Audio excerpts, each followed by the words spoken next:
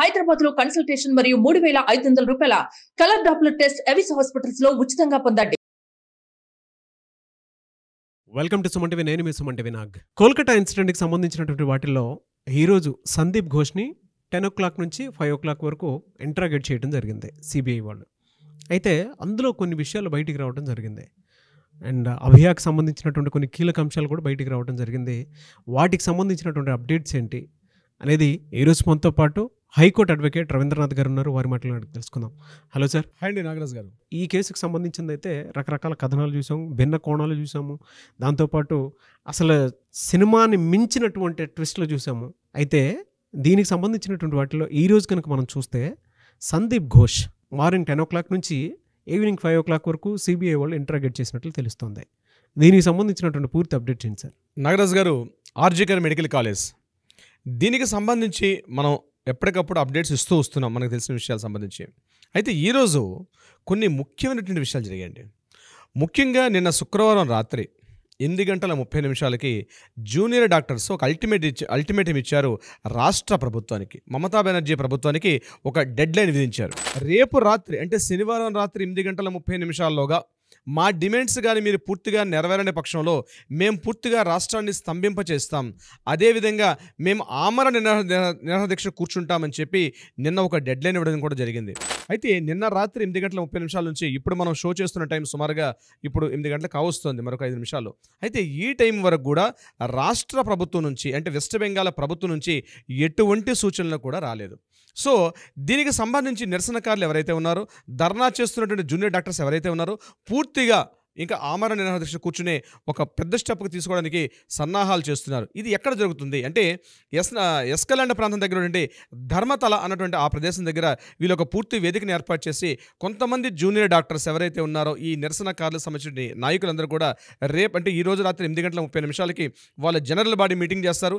ఈ మీటింగ్ అయిన తదుపరి వాళ్ళు ఏం చేస్తారంటే పూర్తిగా ఆమరణ నిరాహారదీక్ష చేయడం కోసం చెప్పి అంటే హంగర్ స్ట్రైక్ చేయడం కోసం చెప్పి వీళ్ళు రేపటి నుంచి బహుశా చేసే ప్రయత్నంలో ఉన్నారు.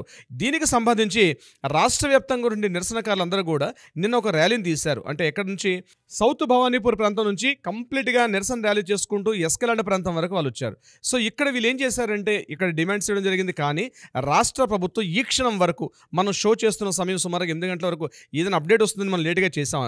యాక్చువల్లీ ఇప్పటి వరకు కూడా రాష్ట్ర ప్రభుత్వం నుంచి ఎటువంటి ఇన్ఫర్మేషన్ కూడా రాలేదు. సో ఆమరణ నిరాహారదీక్ష కూర్చోడం కోసమని సన్నాహాలు చేస్తున్నారు జూనియర్ డాక్టర్స్. అయితే దీనికి వాళ్ళకు విషయం కూడా చెప్పడం జరిగింది. సమయం మించిపోతుంది, ఇక రాష్ట్ర ప్రభుత్వం ముందుకు రాలేదు, మా యొక్క ఉద్యమాన్ని తీవ్రతరం చేస్తామని చెప్తూ ఏవైతే మేము ఓపీటీ సేవలు కావచ్చు, ఆపరేషన్ థియేటర్ సేవలు, అవుట్ పేషెంట్ సేవలు ఏవైతే ఉన్నాయో వాటిని మాత్రం మేము నిలుపుదల చెయ్యం, యాస్టీస్గా మా యొక్క డ్యూటీస్ మేము పార్టిసిపేట్ చేస్తూ ఇక్కడ ఆ హంగర్ స్ట్రైక్ మేము కూర్చుంటామని చెప్పడం జరిగింది. బట్ ఇట్స్ అంటే ఏ స్టెప్స్ దాటుకుంటూ వస్తుంది, ఈ ఆమరణ నిరాహారదీక్ష ఎక్కడ దారితీస్తుంది అన్న విషయం అయితే రియల్ ఇంట్రెస్టింగ్. అయితే ఇదిలా జరుగుతుండగా ఒక విషయం వాళ్ళు చెప్పారు ఏంటంటే సుప్రీంకోర్టు జడ్జిమెంట్లో మనకు ఒక విషయం వచ్చింది.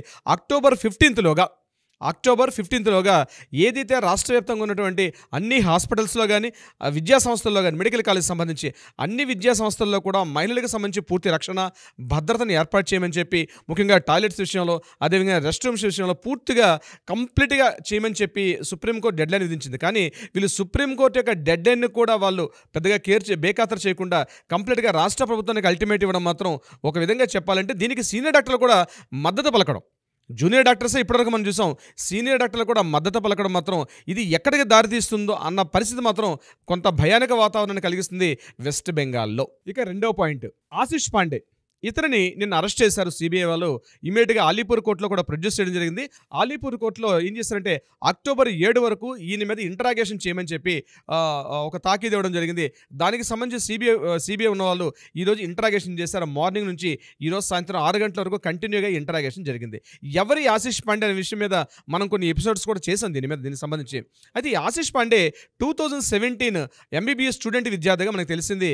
ఇతను ఇక్కడ 2017లో ఎంబీబీఎస్ స్టూడెంట్గా వచ్చిన వచ్చినప్పుడు కూడా ఇతను వెస్ట్ బెంగాల్ లాబీ అని ఏదైతే మనం చెప్తూ ఉన్నామో ఆ వెస్ట్ బెంగాల్ లాబీలో ఉన్నటువంటి ప్రాంతానికి ఇతను పూర్తిగా ఇన్ఫ్లుయెన్స్ చేస్తూ ఇక్కడ విద్యార్థులకు ప్రమోషన్స్ ఇవ్వాలన్నా, ఒక సర్టిఫికేట్స్ పాస్ చేయాలన్నా, హౌస్ సిబ్బందికి డ్యూటీస్ ఎక్కడెక్కడ వేయాలన్నా టోటల్ విషయంలో కూడా ఇతని కీలకమైన పాత్ర పోషించేవాడు. కానీ 2017 ఇతను ఎంబీబీఎస్ స్టూడెంట్కి వచ్చేటప్పుడు కూడా 2013 నుంచి ఈ పార్టీ వేరే వాళ్ళు చేస్తే ఆ ఛార్జ్ని 2017లో ఒక ఎంబీబీఎస్ స్టూడెంట్గా చేరిన ఆశిష్ పాండే పూర్తిగా ఇన్వాల్వ్మెంట్ అయ్యి 2021లో సందీప్ ఘోష్ ఈ ప్రాంతానికి మెడికల్ కాలేజీ ప్రిన్సిపాల్గా వచ్చిన తర్వాత ఇతని అక్రమాలకు అడ్డుకట్ట లేకుండా పోయింది.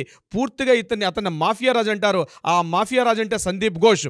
మాఫియా రాజుకి రైట్ హ్యాండ్ ఎవరైనా ఉన్నారంటే ఆశిష్ పాండే. మాఫియా రాజుగా సందీప్ ఘోష్ని పిలుస్తారు, అతని యొక్క రైట్ హ్యాండ్గా ఆశిష్ పాండేని పిలుస్తూ పూర్తిగా ఒక మాఫియా సామ్రాజ్యాన్ని ఆర్జికర్ మెడికల్ కాలేజీలో ఏర్పాటు చేసుకుని వీరి కన్నుసనల్లో మొత్తం అంటే ఎంటైర్ ప్రిన్సిపాల్ దగ్గర నుంచి లాస్ట్ హౌస్ స్టాఫ్ వరకు ఉన్నటువంటి మొత్తం ఎంటైర్ వ్యవస్థలో ప్రతి ఒక్కరికి ఉద్యోగాలు శాలరీస్ ఇవ్వాలన్నా, ప్రమోషన్స్ ఇవ్వాలన్నా, ముఖ్యంగా స్టూడెంట్స్ ముఖ్యంగా వాళ్ళకి ఈ ప్రాక్టికల్స్లో పార్టిసిపేట్ చేయాలన్నా సరే ఎంతో కొంత బ్రైబ్ సమర్పించుకోకుండా వాళ్ళకి ఇచ్చే అవకాశం అయితే లేదు. అట్ ద సేమ్ టైం వీళ్ళు పాస్ అయినప్పుడు కూడా వీళ్ళ సర్టిఫికేట్స్లో వీళ్ళ దగ్గర అట్టే పెట్టుకున్నారు. మనకి ఇదే విషయాన్ని సందీప్ ఘోష్ గారి యొక్క ఇంట్లో సోదాలు నిర్వహించేటప్పుడు ఇంటికి మీద సోదాలు చేసినప్పుడు కూడా ఎంతోమంది స్టూడెంట్స్ యొక్క సర్టిఫికేట్స్ సందీప్ ఘోష్ యొక్క ఇంట్లో లభించాయి. అసలు స్టూడెంట్స్ కెరీర్ని వాళ్ళ చేతుల్లో తీసుకోవడానికి ఎలాంటి రైట్స్ ఉన్నాయని తీసేసుకుంటారు సార్? అసలు నిజంగా చాలా బాధాకరం ఉండే దారుణం. ఇప్పుడున్న సోషల్ లైఫ్లో కనుక మనం చూస్తే అండి ప్రాక్టికల్స్ కోసం అని చెప్పేసి కొంతమంది టీచర్స్ చేసేటువంటి దారుణాలు ఎంత ఇదిగా ఉంటాయనంటే అసలు ఇళ్లల్లో చెప్పుకోలేనటువంటివి కూడా కొన్ని ఉంటాయి. ముఖ్యంగా అమ్మాయిలు నాగరాజు గారు, అమ్మాయిల విషయంలో అయితే వాళ్ళని మనం అనుకున్నాం లాస్ట్ టైం మానిక్ తల్ అన్నటువంటి హాస్టల్లో ఒక రూమ్ని కంప్లీట్గా గెస్ట్ హౌస్గా మార్చుకొని ఆ గెస్ట్ హౌస్లో అమ్మాయిలతో కలిసి ఎన్నో రకాలైనటువంటి వ్యభిచార కార్యక్రమాలు నిర్వహించడం, అమ్మాయిల్ని భయపెట్టడం, వాళ్ళని టార్చర్ చేయడం, వీళ్ళు అనుకున్నటువంటి ఆ ప్రాంతానికి రాకపోతే అమ్మాయిల యొక్క సర్టిఫికేట్స్ని వాళ్ళ కస్టడీలో పెట్టుకుని ఆ అమ్మాయిలను అన్ని రకాలుగా మానసిక వేదనకు గురిచేసిన విషయంలో ఈ ఆశిష్ పాండే కూడా ఇందులో ఇన్వాల్వ్మెంట్ అయినట్టుగా ఈ ఇంట్రాగేషన్లో కొన్ని విషయాలు అయితే బయటపడ్డాయి. అశ్లీల కార్యక్రమాలు ముఖ్యంగా ఆశిష్ పాండేని ఇంట్రాగేషన్ చేసినప్పుడు మరికొన్ని కీలకమైన విషయాలు ఏంటంటే ఆశిష్ పాండే యొక్క ఫోన్ కాల్స్ లిస్టు అంటే సందీప్ ఘోష్కి ఇతనికి ఉన్నటువంటి లిస్టులో ఒక సాధారణ ఒక పీజీటీ స్టూడెంట్ ప్రిన్సిపాల్తో కంటిన్యూగా ఏ రోజైతే అక్టోబర్ 9 జరిగిన సంఘటనకు సంబంధించి ఆ రోజు కంటిన్యూగా మన సందీప్ ఘోష్ దగ్గర నుంచి ఆశిష్ పాండే నుంచి సందీప్ ఘోష్కి కంటిన్యూగా కాల్స్ లిస్టు ఎందుకు నువ్వు చేయాల్సి వచ్చిందని చెప్పి పోలీసులు అదే సిబిఐ వాళ్ళు ఇంట్రాగేషన్ చేయడం జరిగింది. ఆ ఇంట్రాగేషన్లో కూడా కొన్ని కీలక విషయాలు కూడా తెలుసుకున్నారు పోలీసులు. దానికి సంబంధించిన అప్డేట్స్ కూడా మరికొద్ది రోజుల్లో మనకు కూడా తెలిసే అవకాశం అయితే ఉంటుంది.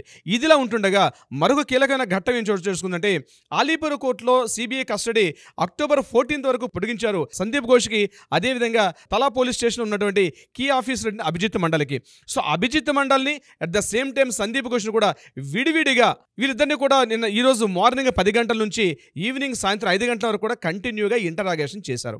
ఆ ఇంటరాగేషన్లో వాళ్ళ మెయిన్ కీ పాయింట్ ఏంటంటే ఈరోజు అభయ అమ్మాయిని చనిపోవడానికి వీళ్ళకి ఏమైనా కారణం ఉందా? సంజయ్ రాయ్, ఇందాక మనం మార్నింగ్ కూడా ఒక ఎపిసోడ్ విదేశం మాట్లాడుకున్నాం, సంజయ్ రాయ్ని ఇతను ప్రేరేపించాడా లేకపోతే అసలు అనుకోకుండా సంజయ్ రాయ్ అనే పాత్ర అనేది అతని పాత్రధార లేకపోతే ఏ రకంగా అన్ఫార్చునేట్గా జరిగింది అనే విషయం మీద సందీప్ ఘోష్కి మారథాన్ క్వశ్చన్స్ చేయడం జరిగింది. మారథాన్ క్వశ్చన్స్ అంటే మీకు చెప్పాను, ఇట్స్ ర్యాపిడ్ ఫోర్స్ క్వశ్చన్స్ అంటారు. చాలా ఫాస్ట్గా జరుగుతుంటుంది, వీడియో రికార్డింగ్స్ అవుతుంటాయి, ఆడియో రికార్డింగ్స్ అవుతుంటాయి. సిబిఐ ఆఫీసర్స్ అందరూ కూడా రౌండ్ అప్ చేస్తూ క్వశ్చన్స్ అన్ని అడుగుతారు. ఆ క్వశ్చన్స్ అడిగేటప్పుడు అతను చేసినటువంటి ఆ ఆన్సర్స్ ఏ రకంగా ఉన్నాయని రికార్డ్ చేసి మాట్లాడుకుంటారు. సో దీంట్లో చాలా క్వశ్చన్స్కి సందీప్ ఘోష్కి మౌనమే సమాధానమైంది. ఆ మౌనమైన సమాధానంలో వీళ్ళు రాసుకున్న ఆన్సర్స్ ఏంటంటే చాలా వాటికి ముందొక రకమైన సమాధానం, తర్వాత చెప్పే సమాధానానికి ఎక్కడ కూడా పొంతం లేకుండా పోయింది. అయితే మెయిన్ వీళ్ళు కీ పాయింట్ మాట్లాడింది ఏంటంటే అభిజిత్ మండల్ ఏదైతే సాక్ష్యాధారాలను పూర్తిగా తారుమారు చేసే విషయంలో పూర్తిగా ఇతను ఒక పోలీస్ స్టేషన్ హెడ్ ఎస్హెచ్ఓగా ఉంటూ కూడా ఎప్పుడైతే సాక్ష్యాలు మార్నింగ్ తెలిసిన 9:30 తెలిసిన తర్వాత ఇతను హాస్పిటల్కి వెళ్ళింది 11 o'clockకి. సో 9:30 to 11 o'clock గంటన్నర సేపు ఉన్న సమయంలో అక్కడ సాక్ష్యాధారాలను పూర్తిగా ట్యాంపరింగ్ చేయడంలో అభిజిత్ మండల్ యొక్క పాత్ర కీలకంగా ఉందని, ఇతని ఇన్వాల్వ్మెంట్ లేకుండా ఆ సాక్ష్యాధారాలను పూర్తిగా తారుమారు చేసే అవకాశం లేదని విషయం మీద కూడా పూర్తిగా సిబిఐ ఇంట్రాగేషన్ చేశారు సందీప్ ఘోష్ మీద. దీనికి కూడా సరైన ఆన్సర్ చెప్పట్లేదు. కానీ సందీప్ ఘోష్ కొన్ని విషయాల్ని బహిర్గతపరచకుండా ఎవరైతే డి అని మనం మాట్లాడుకుంటున్నామో ఈ మొత్తం ఎంటైర్ మాఫియా మీద, నార్త్ బెంగాల్ లాబీ మీద సంబంధించి ఎవరైతే డి అనే వ్యక్తి ఉన్నారో ఆ డి అనే వ్యక్తిని పేరు చెప్పినట్టుగా కొంతమంది సిబిఐ ఆఫీసర్లు బయటకు వచ్చి మాట్లాడుతున్నారు. బయట పూర్తిగా మన కన్ఫర్మేషన్ లేకుండా డి అనే పేరుతో మనం రివీల్ చేయలేం కాబట్టి ఆ పేరుని మనం కూడా పూర్తిగా రీసెర్చ్ చేస్తున్నాం. ఒకవేళ ఆ కీలకమైన ఆధారాలు వస్తే మనం కూడా డెఫినెట్గా మన వ్యూవర్స్ కూడా మనం పంచుకునే ప్రయత్నం చేస్తాం. నాగరాజు గారు, తెలుస్తుందండి. అంటే డి అనేటువంటి కాన్సెప్ట్ ఏదైతే ఉందో ఎవరు ఏంటి అని చెప్పేసి కొంతమంది ఆల్రెడీ గెస్ చేసే ఉంటారని అనుకుంటున్నాను నేను. మనం ఈ సిరీస్ చేసే భాగంలోనే కొంతమందికి డెఫినెట్గా డౌట్ వచ్చే ఉంటుంది, ఎవరు గవర్నమెంట్ తరపు నుంచి ఇన్వాల్వ్ అయ్యి ఉన్నారా, లేదు అనుకుంటే ముసుగేసుకొని ఇన్వాల్వ్ అయ్యి ఇదంతా చేయిస్తున్నారా అనేటువంటి విషయం అయితే గెస్ చేసి ఉంటారని అనుకుంటున్నాను. చూద్దాం, కింద కామెంట్ బాక్స్లో కూడా పెడతారు కదా.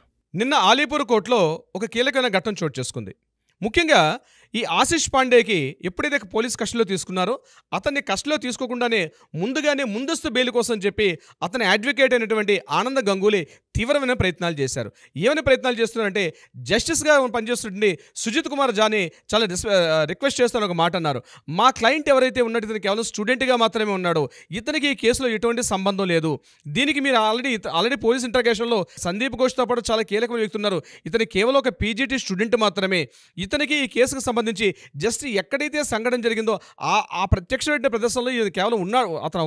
అతని ప్రజెంటేషన్ తప్పించి ఇతనికి ఎటువంటి సంబంధం లేదు. దయచేసి ఒక అడ్వాన్స్ అంటే ముందస్తుగా బెయిల్ ఇవ్వమని చెప్పి రిక్వెస్ట్ చేసినప్పుడు కూడా సో జస్టిస్ అనేటువంటి సుజిత్ కుమార్ జా ఇమ్మీడియట్గా ఆ యొక్క రిక్వెస్ట్ని క్యాన్సిల్ చేస్తూ October 7th వరకు ఆయన యొక్క కస్టడీని పొడిగింపు చేయడం జరిగింది. అంటే ఇక్కడ బెయిల్కి ఎంత ట్రై చేస్తున్నారంటే నాగరాజు గారు, ఏ చిన్న అవకాశం ఉన్నా సిబిఐ వాళ్ళ ఇన్వెస్టిగేషన్లో ఏ చిన్న అవకాశం ఉన్నా అటు అభిజిత్ మండల్ కానీ, సందీప్ ఘోష్ కానీ, ముఖ్యంగా అఫ్సర్ అలీ ఖాన్ కానీ, at the same time Suman Hazra కానీ, బిప్లక్ సింగ్ కానీ, వీళ్ళందరూ కూడా ఎంతవరకు వీలైతే అంత ఛాన్స్ తీసుకొని మ్యాక్సిమం బెయిల్ తీసుకొని బయటకు వచ్చే ప్రయత్నాలు అయితే చేస్తున్నారు. కానీ సిబిఐ వాళ్ళ దృష్టిలో October 14th వరకు ఏదైతే డెడ్ లైన్ ఉందో సుప్రీంకోర్టు హీరింగ్ సంబంధించింది కాబట్టి బెయిల్ ఇచ్చే ప్రసక్తే లేదన్నట్టుగా కీలకంగా పూర్తిగా దీని మీద దర్యాప్తు అయితే జరుపుతున్నారు. నాగరాజ్ గారు, ఇన్ని రోజులు బెయిల్ రాకుండా జరిగింది అని అంటే ఇటు మంచిగా దీనికి సంబంధించినటువంటి వాటిల్లో డెఫినెట్గా సత్వర న్యాయం జరిగే అవకాశం ఉంటుంది అని భావించడంలో ఏమాత్రం డౌట్ లేదని చెప్పొచ్చండి. Whatever the reason, we want justice, we demand justice. Thank you so much Ravindranath garu. Thank you so much Nagaraj గారు.